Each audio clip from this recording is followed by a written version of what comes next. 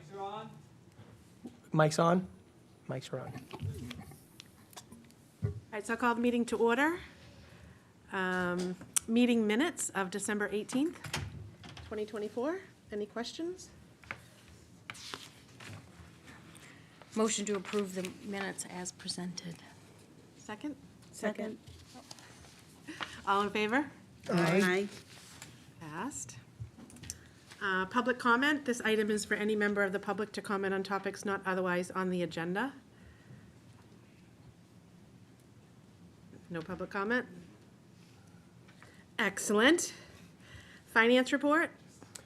In your packet, we did include the bank statements. I was not able to do the, my little kind of summary sheet, so I apologize. So I don't know if you want to table the official approval until you can see the sheet. Sure. But you do have the statements there. Does anyone want to make a motion to table that? Motion to table the finance report until we have the summary, please. Second? Second. All in favor? Aye. Motion tabled. Trust member comments? Any comments from us that's not on the agenda? Anything? And then staff has an update on member question regarding MBTA service to Danvers. Yes. So I think it wasn't your last meeting, it might have been 2 meetings ago. We talked about the trust's interest in supporting the efforts to restore bus service to downtown. And I just wanted to give a little bit of an update on that. We've had a couple of productive meetings since December with MBTA staff, Representative Curran's office, Senator Lovely's office, and some folks at the T. So we're working on that. Things are progressing well. I imagine there'll be a lot more to say about that as we get closer, but we are sharing data.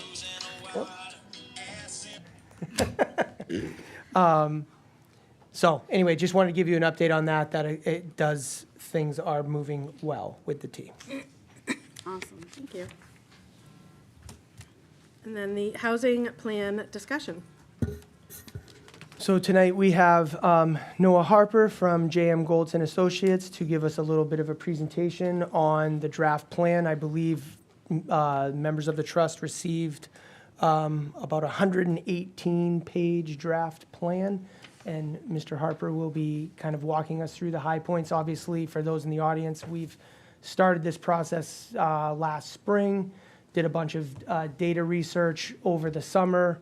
I think did we have an event in the spring before we went to summer? I thought we had a visioning session. We had one in June, Yeah. and another in October. And then we had another in October, and the trust has talked about this a couple of times at its monthly meetings since, and we now have a draft plan, and Mr. Harper will kind of walk us through the high points into some conversation. Absolutely, and thank you all so much for being here. It's just been a pleasure to get to work and get to know Danvers since last April, I believe, when we started on this plan. Getting to come for a community tour, getting to do in-person events like at the senior center, talk to people about housing issues. And I really wanted to give an overview of the planning process. So if you've been to any of our other events, you might hear some similar information, but just as folks are jumping in now. And also to say, if you go to the town website and type in a housing production plan, you can read through some of these documents. You can read through the goals and strategies. I'm going to try to give it an overview, keep this brief, and save time for questions and discussion. I think that's probably the most interesting and cogent part of our time here. But wanted to talk about what a housing production plan is, why we're here, and what is in your housing production plan. First of all, Noah Harper, our founder, Jen, is unable to be here, but I sort of lead the housing production plan practice at our firm. Currently working on Worcester, is almost done with that. Finished one up in Revere, got the city council to approve it just last month, and working in Acton and Wakefield, a lot of places. So I talk about housing a lot. I get to hear similar stories over and over again of my kids can't live here, we can't afford to live here. Homeownership is so out of reach for everyone. It's a regional issue that we're all facing here. Just wanted to say, thank you so much to the Affordable Housing Trust for helping to lead and provide input throughout this process. You guys have been wonderful to work with, and just your input has been so important to shaping the plan, because I as a planner will provide sort of the raw materials, but you guys help to focus and direct it, provide so much feedback and comment on things.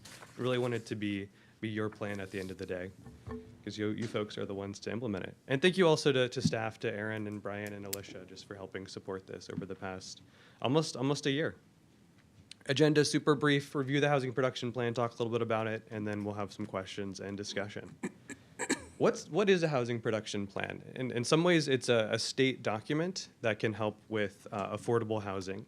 I think in Danvers' position, it's really unique. You guys are above the 10% SHI, subsidized housing inventory requirement, which means some folks or some municipalities created a housing production plan as a means of getting to stop some unfriendly development.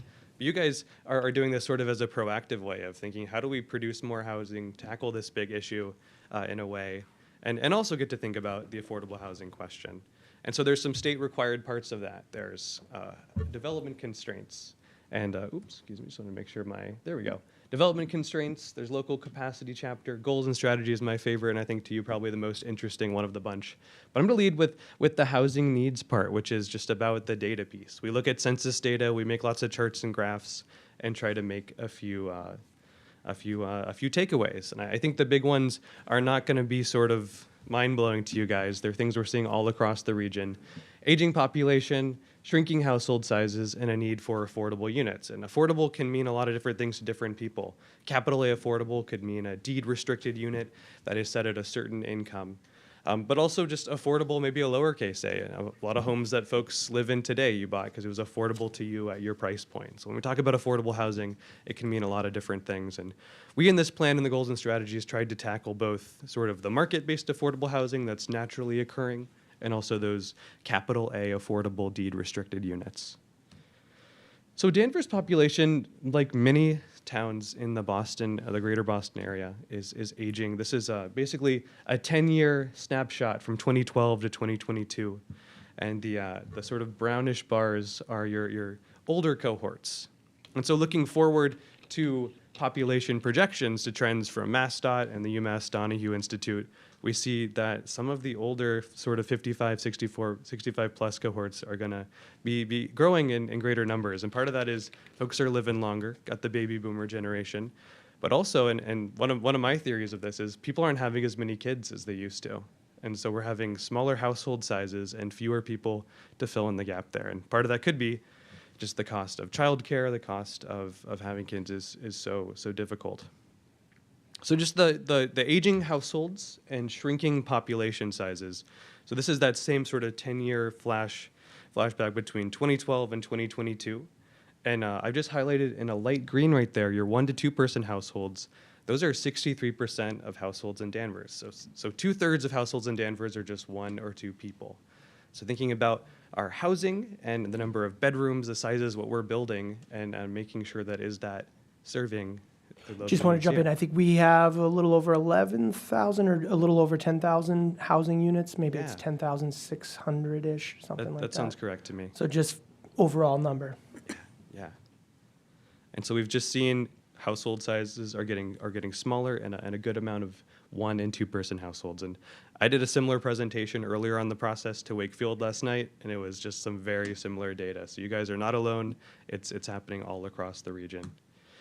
And so, yeah, just wanted to talk a bit about the mismatch between maybe bedroom size. There's a lot of larger units that have a lot of bedrooms, and maybe it's because folks bought their home when it was $150,000 back in the 90s, and now it's $650,000 now. And it's nice to have extra bedrooms, too. So there's nothing necessarily about that. But in thinking about, do we have the housing units that can serve the population of today, and thinking about those sort of next steps. So I'm going to veer over into affordability and just talk about a term called cost burden. And cost burden simply means you're paying more than 30% of your take-home income on rent. And I would say, just like personally, I'm a cost burden renter. I live over in Cambridge and pay like way too much in rent. And the Department of Housing and Urban Development basically tracks this for all sorts of folks. And I basically, we have this really wonky term in housing called AMI, area median income. What I did was I just transferred that to like sort of a general income level. And so all these households, and as you can see, as you get farther and farther down the income brackets to low and moderate income, especially $45,000 to about $75,000, this longer bar here, well, there are almost 1,000 households in that category that are paying 30% or more than 50% of their income on housing. And then if you go down to that lower one, the less than $45,000 bracket, the very bottom, a significant portion, almost all of them, are paying more than 50% of their income on rent. So some real need there. It's about 3,000 households, if I remember correctly.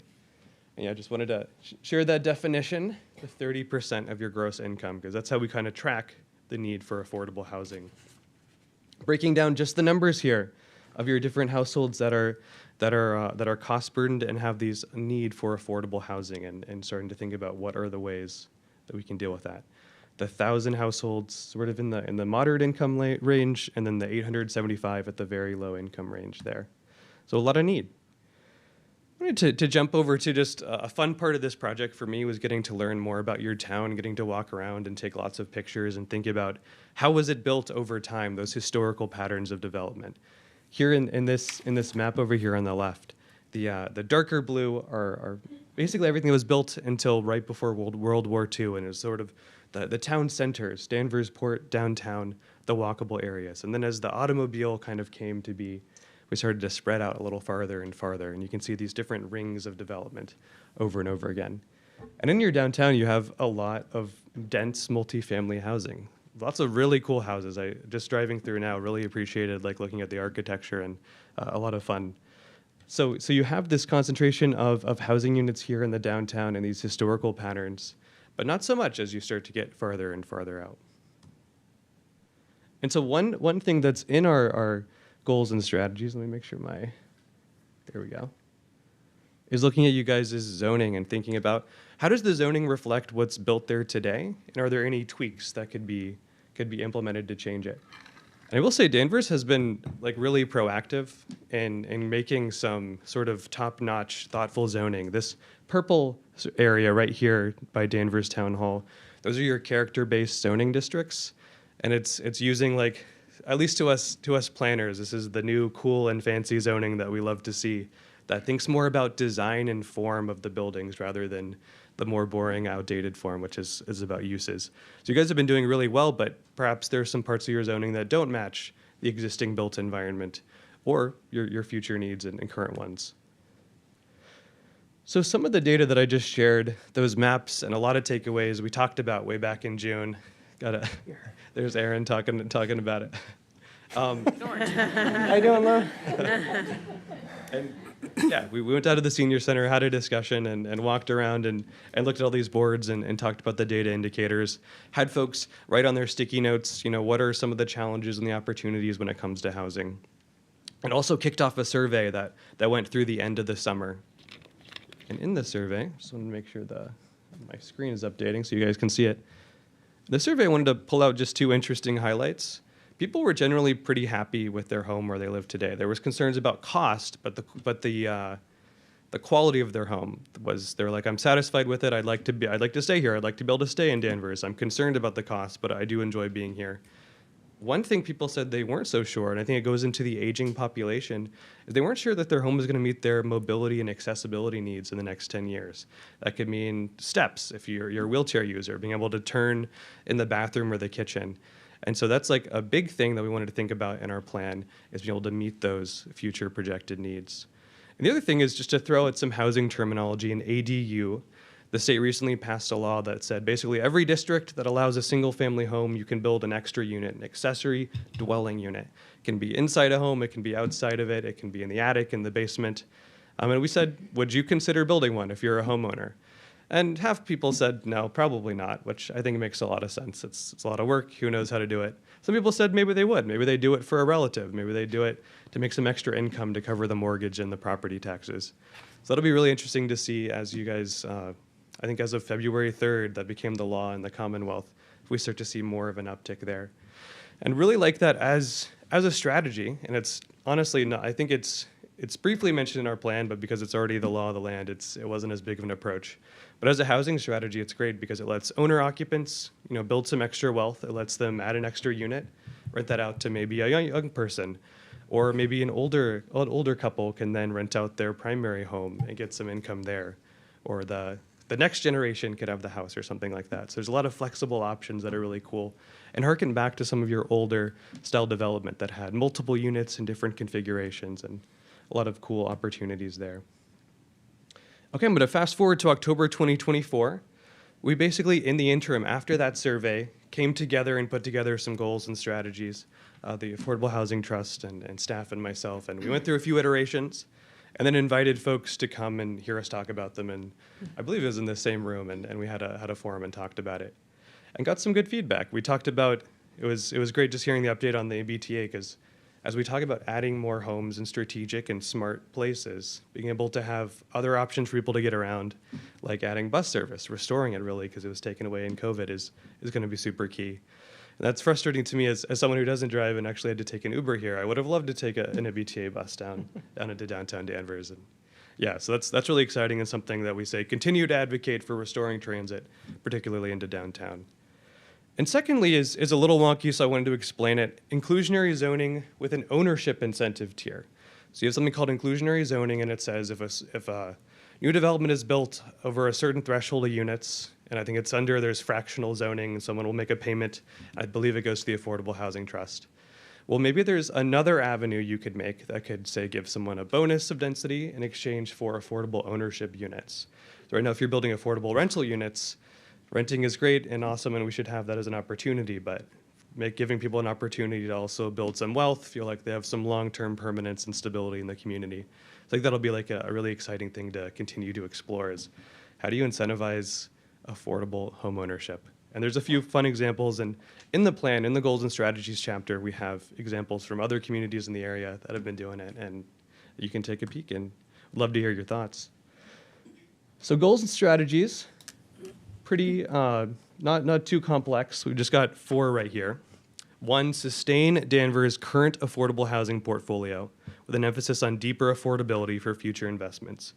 Deeper affordability, because when we looked at those who are cost burdened, who have the real need, it's at the lower ends of the income spectrum.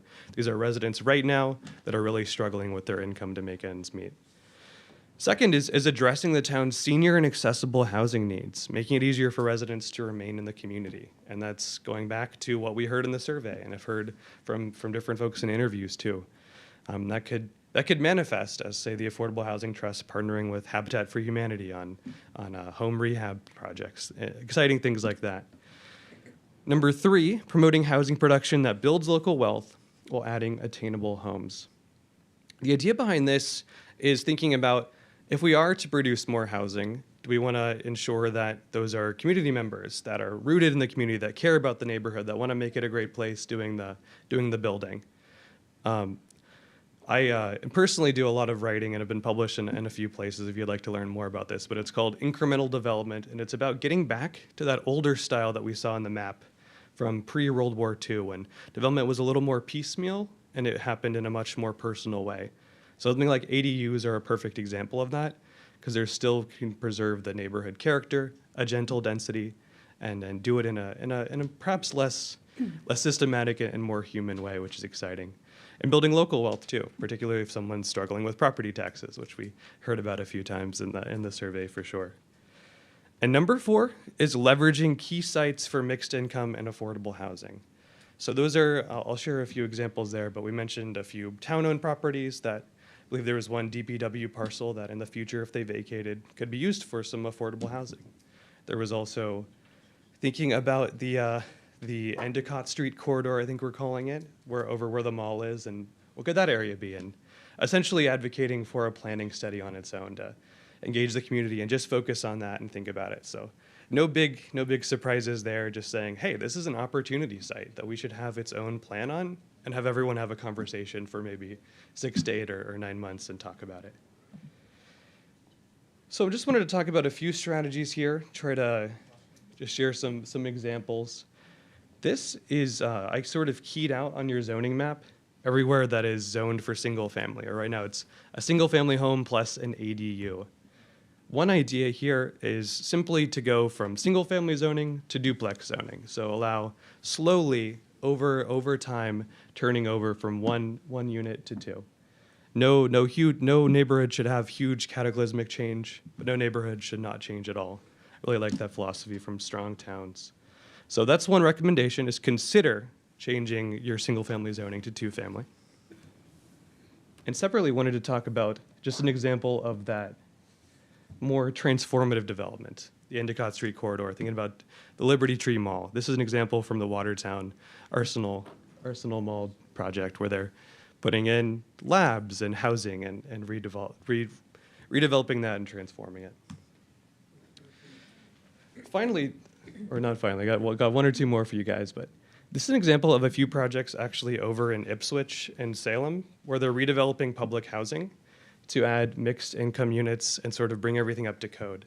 So ensuring that housing that was built maybe in the 60s or 70s can have all the modern amenities, can be energy efficient, affordable, and you can add new units too. There's some really cool examples just happening all over the area of housing authorities working on that. So suggestion there. And then finally, advocating for restoring MBTA bus service is one of them, which we're hearing there's been some great progress on. And the other is sort of an education part. If the town is required by state law to be allowing ADUs, maybe there's some room for education about how do you navigate the permitting process? What is that like? Worcester does every year like a small developer workshop day and brings people in with the planning department and the building department, and they talk about it, and just you can bring your questions. I really like that idea of the more personal approach and helping people navigate it, which is pushing for that building local wealth, building the community capacity for development. So at the very end, it's a bit boring, but we did try to be detailed here and think about how do you phase these strategies over time? Who's responsible for it? A lot of it is the planning department. Sorry, Aaron, gave you guys a lot of work. But yeah, there's a little piece there on how in the next 5 years. It's a 5-year plan, a housing production plan. So how are we going to work on this? And I think that is it for me. I'd like to maybe go over back to the chair for any questions from the trust, and then if not, take any questions from the audience. You guys have any questions? I had one question on just to remind me, when you were going over the bedrooms, 1 to 2 bedrooms versus 3 to 4 versus 5, was that all single families, also condominiums and multis in the town, or? I think that was every single housing unit in town, and I do forget the breakup between the different ones, but that was overall looking at census data. Yeah. Here, I pulled it up again if anyone wants to take a peek. And that could be, yeah.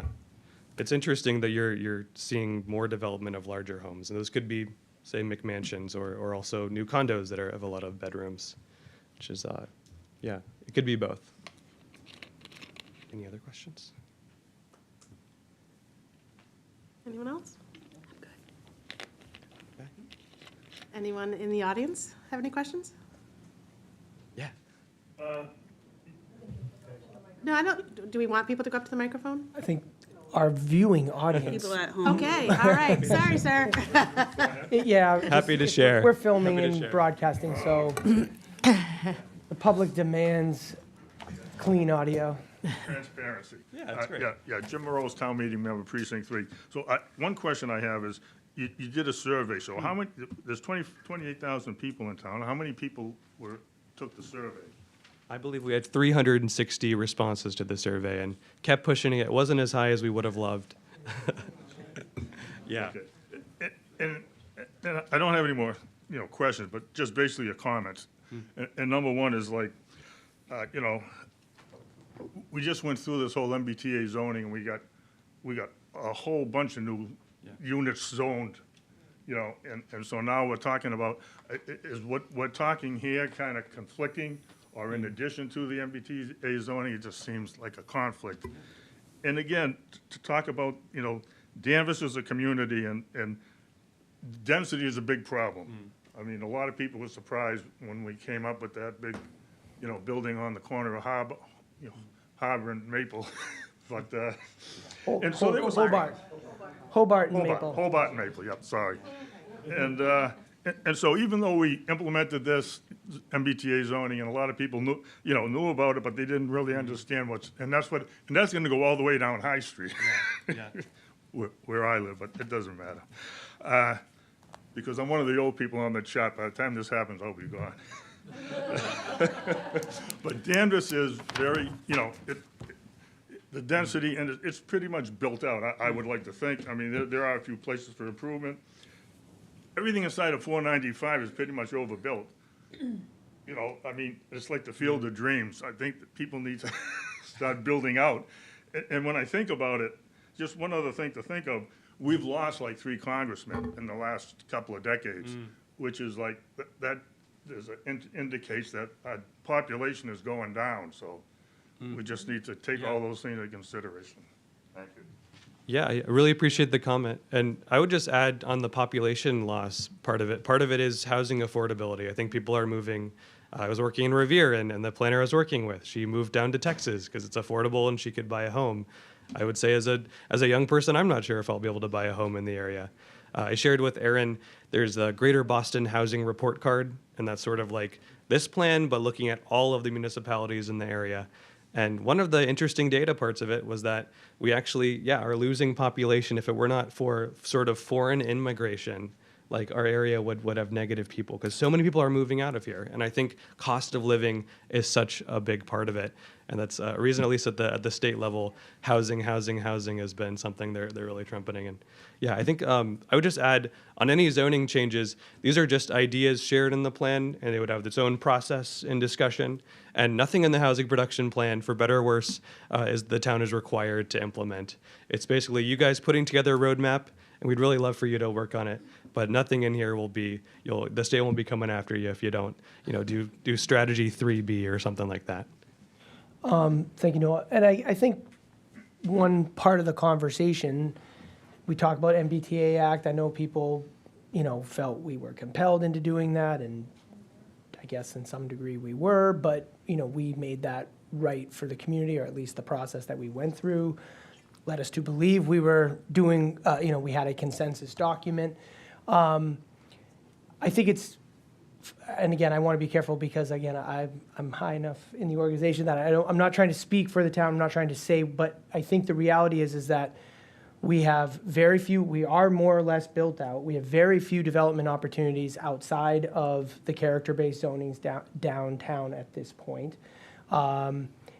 It's increasingly expensive to develop in that fashion. And so you're not going to see a lot of opportunities out there. Basically, we focused development at this point into the downtown. That is really the only areas that's left for growth. Most of the other zoning districts in town are built out. I think we have the one-offs, like we've heard for years. I was on the planning board for 10 years before I was on staff. What's up with the Liberty Tree Mall? And again, they all want housing. So the good news, I guess, is moving forward, as Noah's throwing some ideas out there,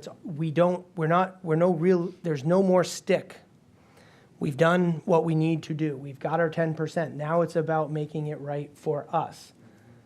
And not every idea you hear and see in the plan is going to be one that's going to gain 2/3 support at town meeting, but we're trying to flesh these things out to understand what direction we should be working towards. We do have tweaks, we have refinements, and so again, I think this process is about trying to help us at staff level, elected and appointed official level, understand the direction that we're supposed to be moving in as we go forward. Yes? Yeah, absolutely. Come on. Hi, Lauren Steves, Precinct 3 Town Meeting Member. I have thoughts and I also have questions.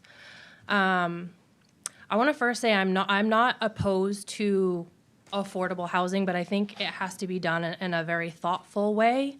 Per the mass.gov, kind of as you stated, June 29, 2023, we were at 10.06% of the mandated 10% for affordable housing.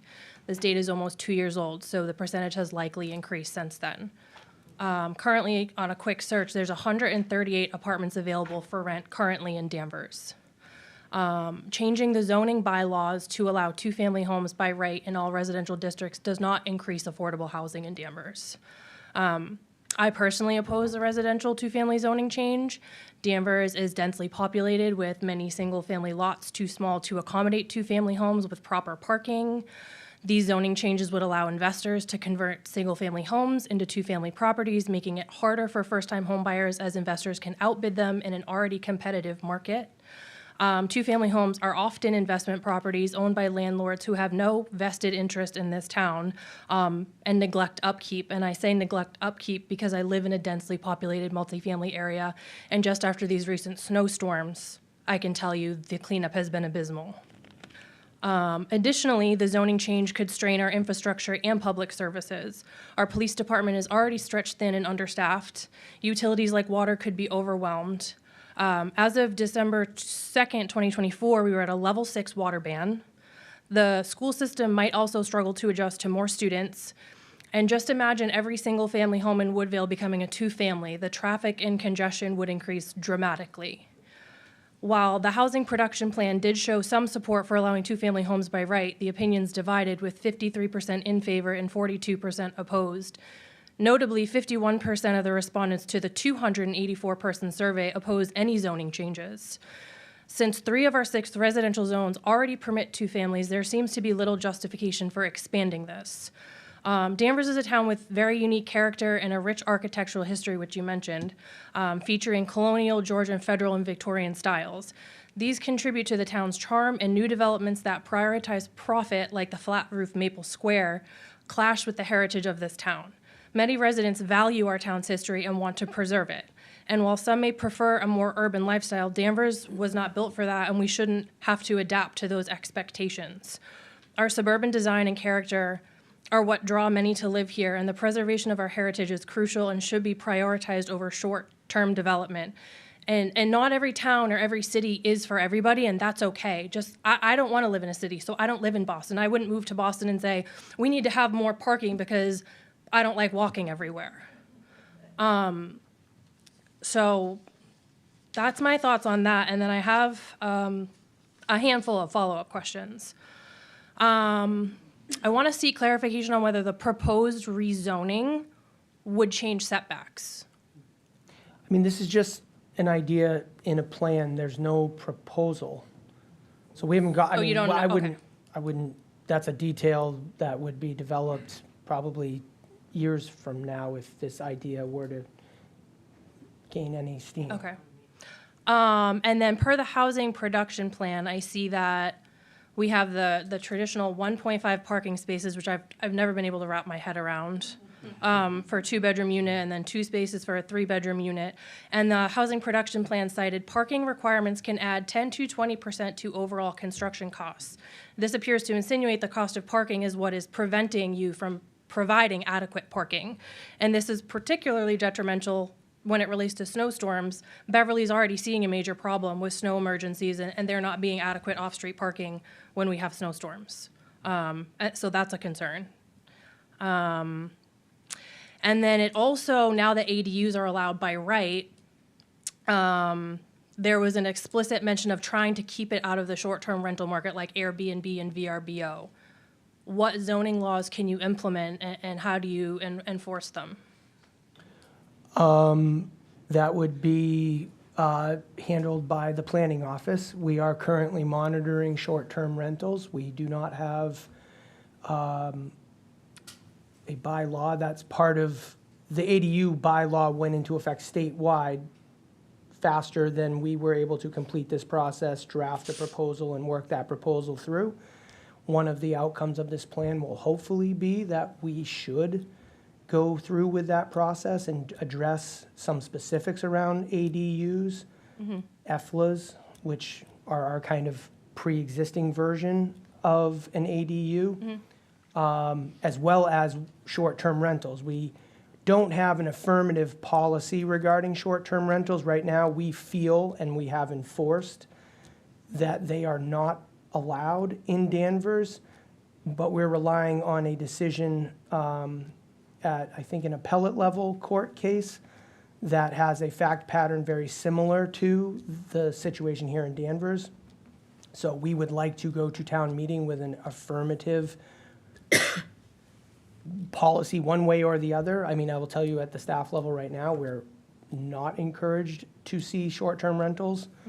And we've taken enforcement action against those, but we would prefer an affirmative policy, but it may be that the room wants to allow them, and that's okay too. But we need to know that. So that would go in front of town meeting? Yep. Okay. Yep. And since ADUs are now currently allowed, is it per whatever residential district you're in right now? Does it follow the setbacks so say you're in R1, it follows the Yeah. 8-foot setback? Yeah. Or what not? Principal so that's part- structure, yeah, principal structure setback. Setback, okay, Yeah. all right, okay. And it's gross floor area, which means if there's a basement included in the ADU space, that counts. So we're taking a strict interpretation of the rules right now.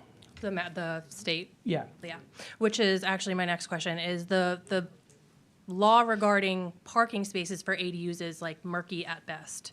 If the property is 0.5 miles from transit, a train, or a bus stop, more than one parking space is required. If it's within 0.5, only one is needed, but the law says on or off-street parking. It's unclear how to provide a dedicated on-street parking, or can the town mandate it has to be off-street parking? Presently, we cannot, under the rules and HLC, the Housing Livable Communities agency at the state that's regulating this, has issued regulations. Unlike the MBTA rules, I think they went through the right process on these ones, and these are real. But they don't say much. But basically, what it implies is anything you require of a single-family home, you may require of an ADU. If you don't ask for something for a single-family home, you can't ask for it for an ADU. We do require parking for single-family homes, so therefore, we're applying, I think it's one. I think the Off-street. rules say one off-street parking space. Any more than that is forbidden. Okay. So that gotcha. is our standard at the moment. Okay, and then based on this proposal, has the planning department done any vetting of like changing the bylaws or have any plans about implementing the recommendations from this production plan? Generally, no. Okay, We have identified the need to talk about accessory dwelling units and fleshing out something more than the state minimums, where we can, if that's the will of the community. I'm drawing a blank on the other one. Endicott Street Corridor, which really is a housing thing, but came out of even Strategic Danvers a couple years ago.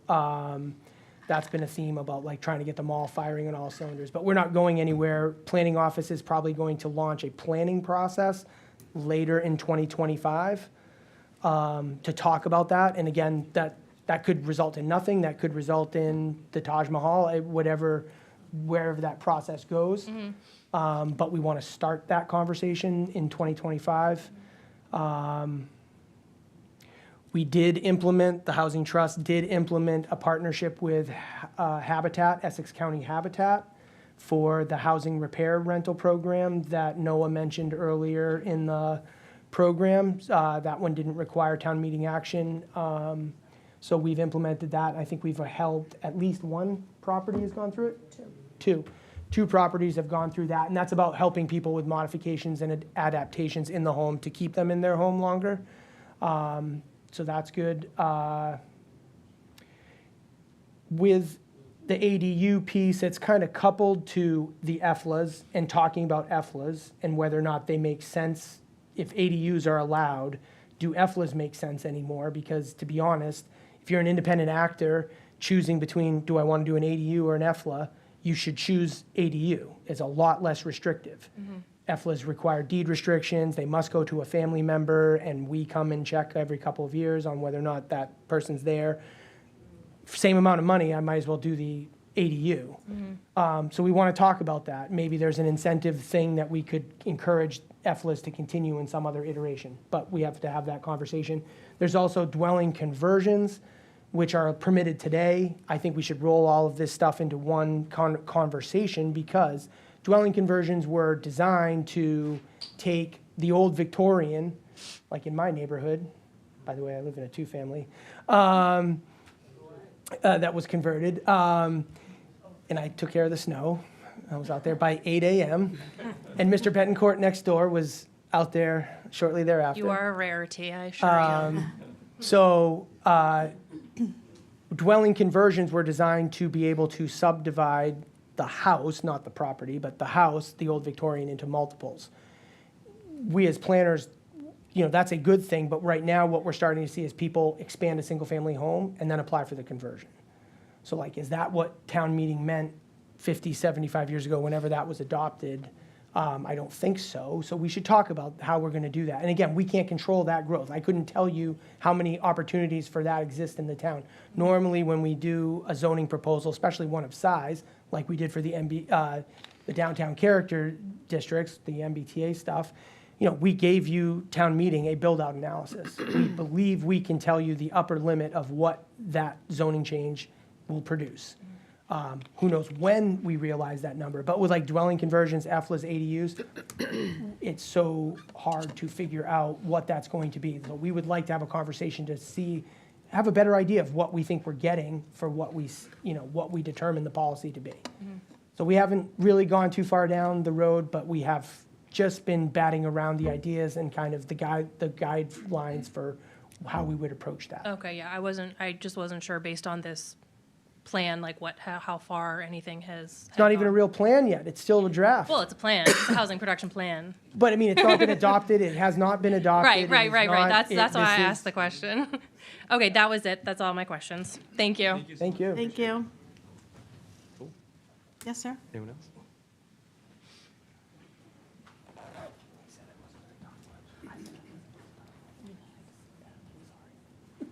Hi, Kevin Barrich, professional meeting attender. I think I want to echo some of what Lauren said. I think the proposal to do two-family or multifamily by right is going to fundamentally change the character of the town. I don't think it's what people want. I think the survey is a good tool. It's good for idea generation. It's good for pulse taking. But we shouldn't look at it as a measure of public support, right? The survey is not set up for that. So when we say there's strong support for this, 53% of people, whatever, right? People self-selected into this survey. And so what you tend to see, right, if you do a survey about environmental issues, you get resilient Danvers. You get 300 people that really care about environmental issues. If you do a survey about affordable housing, you get 284 people who really care about affordable housing. So this is not a valid tool to say what percentage of people support anything. I'm not saying it's not good to do, but let's not interpret these results to be something other than what they are, right? There's a reason with political polling that people are chosen at random. And there's a lot of science that goes into choosing people and how this is done. So I just don't want to see us take these results and make more of them than what they are, because and it also occurs to me that real estate is incredibly regional, right? And everybody's locked up right now because everybody's wearing golden handcuffs and they have 3% mortgages and nobody wants to sell. I get it. The market's locked up. But if we create more housing, I don't think it's going to help the gross numbers of people that can't afford their rent now. You're just going to increase the population. The gross number is not going to change. Your percentage might get better, but the gross number of people is going to change. This plan won't help produce housing that'll count towards our SHI. I know that we constantly need to produce more housing that counts towards our SHI because eventually those deed restrictions go away, right? They expire after some period of time. So absolutely. I don't hate everything in the plan. Like the ADUs is just something we have to react to. It's done. We just have to react to it. Liberty Tree Mall is kind of a mess, right? Lots of vacant square footage. Eventually it has to become something. So we might as well think about what it's going to become. It makes sense. I think the multifamily thing, though, I think it's DOA. I really do. Thanks. Thank you. Appreciate it. Anyone else? Dave? I'll throw my 2 cents in, I guess.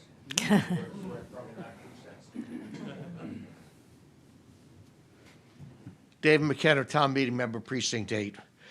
A question, first of all, this new extra dwelling unit that the state has foisted on us, does that automatically go into effect, or do we have to accept that and apply zoning to it? Automatic. Automatic. Yep. So in others, even precinct 3, I can just apply for an affordable unit. So the rule was anywhere in the Commonwealth, any zoning district that allows for a single-family home, that property may also, despite local zoning, may produce an accessory dwelling unit. And the dwelling unit cannot be, it's the greater of 900 square feet or 50% of the principal structure on the lot. Okay. Interesting. And Gotta love now government. HLC's issued some guidelines. It's 3 pages of unhelpful text. Yeah, I tried. Learn their reading lesson through it. from the MBTA Act. They basically said, just as long as you stay inside these rails, we'll let you get sued. So, Just a comment, I almost have to laugh when I hear people say we're built out. Because we keep finding out every time we turn around, no, we're not built out, they stuff some more over there or over here, or they're gonna tear that down and put 10 units in. While we may think we're built out, we are not. There's still a lot of space that things can go in, redevelopment. There's a lot of potential out there for growth and overdevelopment. And I think we have to watch very carefully how we do this and think about it. We had some proposals in the past, probably about 1990, I think it was, when I was on the board. We had a proposal to put 30 units on 5,000 square foot lots down in the Crease and Cook property for affordable housing. It was all set to go, and then they found the hazardous waste there and went down the tubes. But, you know, there's a lot of different ways to look at it, a lot of creative thinking gonna have to go into it. And there might be some good stuff with this. I've heard some good things, but other things worry me a little bit. So I think we need to take it slow, think very seriously about what we're doing, and make sure we're doing what's best for the town. Thank you. Thank you.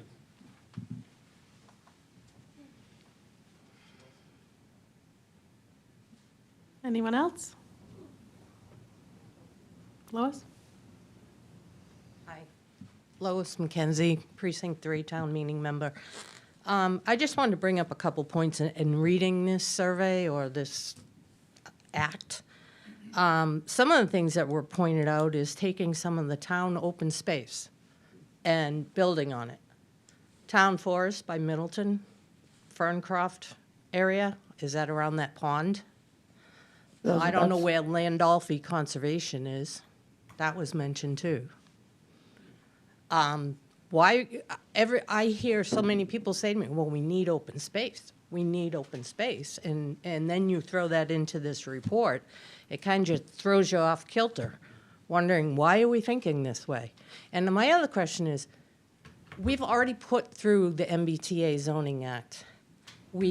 There was also mention of expanding that density further out in the center of town.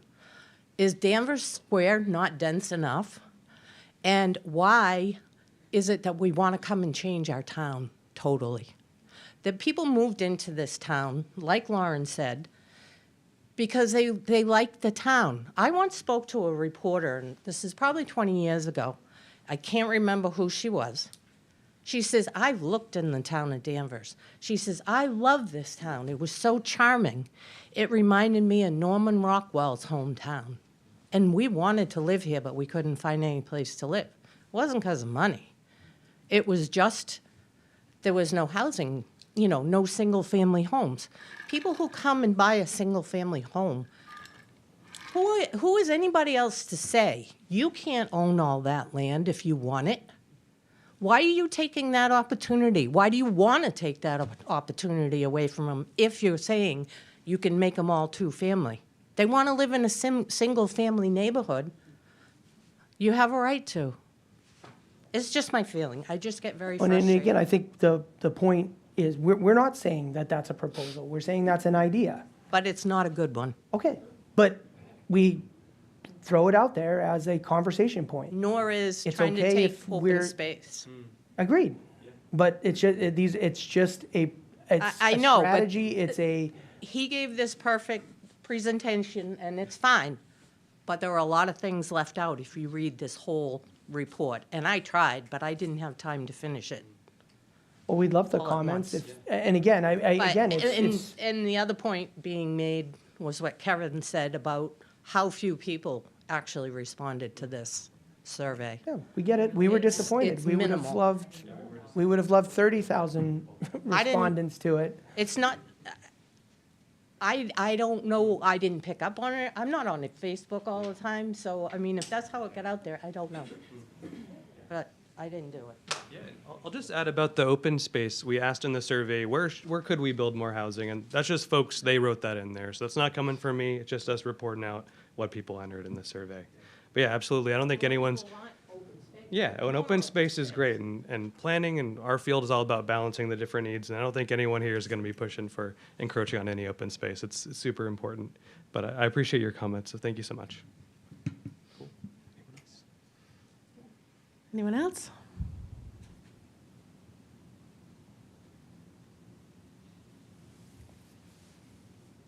You're gonna have to take some cookies or some water or something, I mean. Well, I mean, if that's it, but, so the draft plan is out there, I don't know if, have we put it on the website? I have not. We'll post it on the website so it. people can take a look. If Yeah. you need it. It's there. It is there? Yeah. Previous, this, yeah, okay. Might be, yeah. Okay, Yeah, the good. older one, yeah. All right, so we'll make sure it's on the website. If in the interim you have a question or something, please feel free to reach out to the planning office, we can get you it. Stay tuned. Yeah, yeah, There's stay tuned. finalizing plans and going before other boards to do the dog and pony show with them. But, you know, again, any comments, it's got to be calibrated to the community, so. Yeah, absolutely. Appreciate everyone just showing up and sharing your input. We really do. And it's definitely not the final version of the plan, so we're going to keep iterating and revising on it.